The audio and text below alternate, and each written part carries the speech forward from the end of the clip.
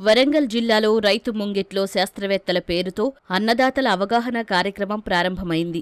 మే నెల 5 నుంచి జూన్ 13 వరకు ఈ కార్యక్రమం జరగనుంది. ప్రొఫెసర్ జయశంకర్ తెలంగాణ వ్యవసాయ విశ్వవిద్యాలయం, వ్యవసాయ శాఖల సంయుక్త ఆధ్వర్యంలో తెలంగాణలోని అన్ని జిల్లాల్లో ఈ కార్యక్రమం అమలవుతోంది. దాదాపు 400 మంది శాస్త్రవేత్తలు 6 వారాల పాటు ఈ కార్యక్రమాన్ని చేపట్టనున్నారు. వరంగల్ జిల్లాలో ఏర్పాటైన ఈ కార్యక్రమానికి విశ్వవిద్యాలయ శాస్త్రవేత్తలు హాజరై రైతులకు పలు సూచనలు అందించారు. ఇందులో భాగంగా పరిమిత యూరియా వాడకం, రసాయన మందుల పిచికారీలలో జాగ్రత్తలు, సమగ్ర ఎరువుల యాజమాన్యం, ఉత్పాదకాల కొనుగోళ్లలో రైతులు తీసుకోవాల్సిన జాగ్రత్తలు, సాగునీటి వినియోగంలో పాటించాల్సిన మెళకువలు, పంట మార్పిడి విధానం వంటి పలు అంశాలపై రైతులకు వివరించారు.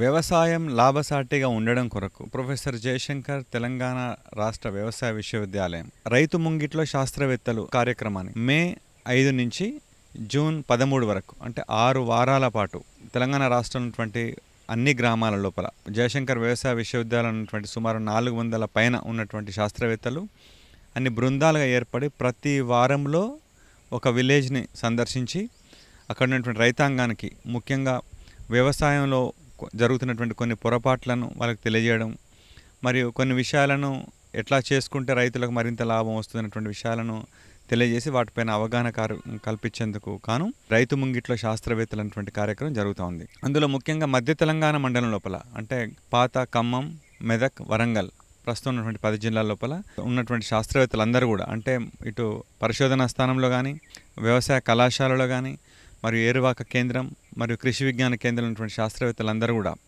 ఇద్దరు శాస్త్రవేత్తలు, వారితో పాటు ఒక 2 వ్యవసాయ చదువుకున్నటువంటి 2 విద్యార్థులు మరియు దాంతోపాటు వ్యవసాయ శాఖకు సంబంధించిన అధికారులు ప్రతి గ్రామానికి వెళ్ళి అంటే సుమారు 300 గ్రామాలకు వెళ్ళి ముఖ్యంగా ఒక 6 అంశాలపైన రైతులకు అవగాహన కల్పించేందుకు ఏర్పాట్లు చేయడం జరిగింది. రైతు వేదికలలో జరుగుతుంది ఈ ప్రోగ్రాము.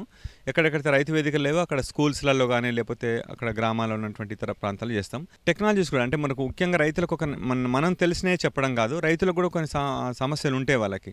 ఇప్పుడు రేపు రానున్న రోజుల లోపల వరి సాగు చేసినప్పుడు ఏ రకం వేసుకోవాలి, లేకపోతే పత్తి సాగు చేసినప్పుడు ఎలాంటి రకాలు వేసుకోవాలి, పత్తిని అధిక సాంద్రత పద్ధతులు వేసుకున్నప్పుడు తీసుకోవాల్సిన జాగ్రత్తలు ఏంటి, ఇంకా లేకపోతే అందరు వరి పత్తే కాకుండా ఇంకైనా క్రాప్స్ వేసుకునే అవకాశం ఉందా, ఈ డ్రోన్ల వాడకం ఎట్లా ఉంటుంది, సో విత్తనాలు వేసుకోవడానికి మనుషులు కాకుండా సీడ్ డ్రిల్స్ లాంటివి అందుబాటులో ఉన్నాయా, వరిని మనుషులు నాటుపెట్టకుండా దానికి నేరుగా వెదజల్లే పద్ధతిలో ఉన్న సాధక బాధకాలు ఏంటి, ఇలాంటివి కూడా రైతులు సందర్భాన్ని బట్టి వాళ్ళు అడిగే తీరును బట్టి వాళ్ళకు ఉండే అవకాశాలను బట్టి మనం తప్పనిసరి దాన్ని కూడా చర్చిస్తాం.